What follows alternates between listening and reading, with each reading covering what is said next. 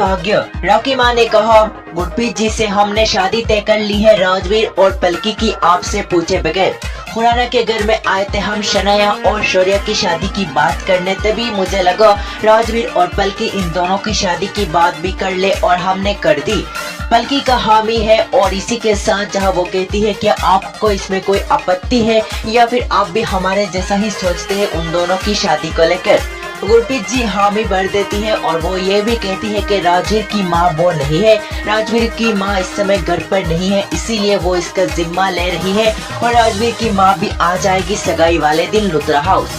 इसी के साथ सभी अपने मुंह मीठा करते हैं और रॉकी माँ कहती है वो बहुत खुश है, एक साथ दोनों बच्चों की सगाई होते हुए देखेगी अपनी आंखों से, इसके लिए वो भगवान को भी शुक्रिया कहती है और गुरप्रीत जी से कहती है कि आप लोग बहुत अच्छे इंसान हैं और तो राजवीर की तारीफ भी करती है उनके सामने।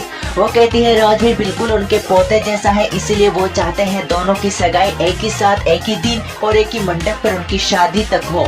लेकिन इसी के साथ वो ये भी कहते हैं कि सगाई के बाद जहां काव्या की शादी होगी पहले और उसके बाद शौर्य और राजवीर इन दोनों की शादी होगी, एक साथ शादी नहीं होगी किसी की भी, एक एक करके इनकी शादी होगी। और इसको लेकर जहां वो लोग रजामंदी दे देते हैं, राजवीर से पूछा जाता है कि क्या वो पलकी से शादी करने के लिए तैयार है। राजवीर भी हाँ भर देता है।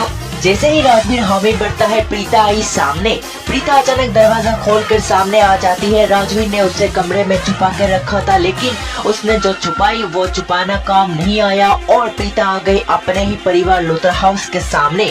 आकर प्रीता कहती है यह तो बहुत ही खुशी की बात है, सृष्टि भी यही चाहती थी तुम्हारी शादी हो। इसी के साथ जहाँ प्रीता को सही सलामत यहाँ पर देख सभी लोग पूरी तरह से शौक रह जाते हैं। सबसे ज्यादा तो करीना बुआ हैरान रह जाती है, राजवीर इतने दिनों से उनके साथ था, उसने आज तक क्यों नहीं जिक्र किया प्रीता के बारे में। और सृष्टि को लेकर ये जान पाते हैं कि राजवीर की माँ सृष्टि है और प्रीता का कोई बच्चा नहीं है, यानी कि रुद्राक्ष उनके बीच नहीं रहा।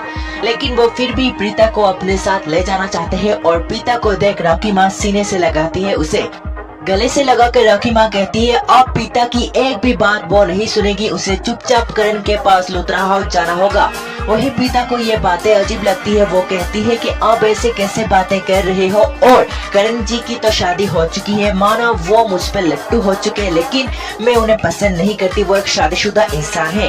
प्रीता की अजीब सी बातें सुनकर जहाँ वो कहते हैं कि प्रीता तुम ऐसी कैसी बातें कर रहे हो, अभी हम करण को बुलाते हैं, यहाँ पर करण ही तुम्हें ठीक करेगा और तुम्हारी सारी नाराजगी दूर करेगा।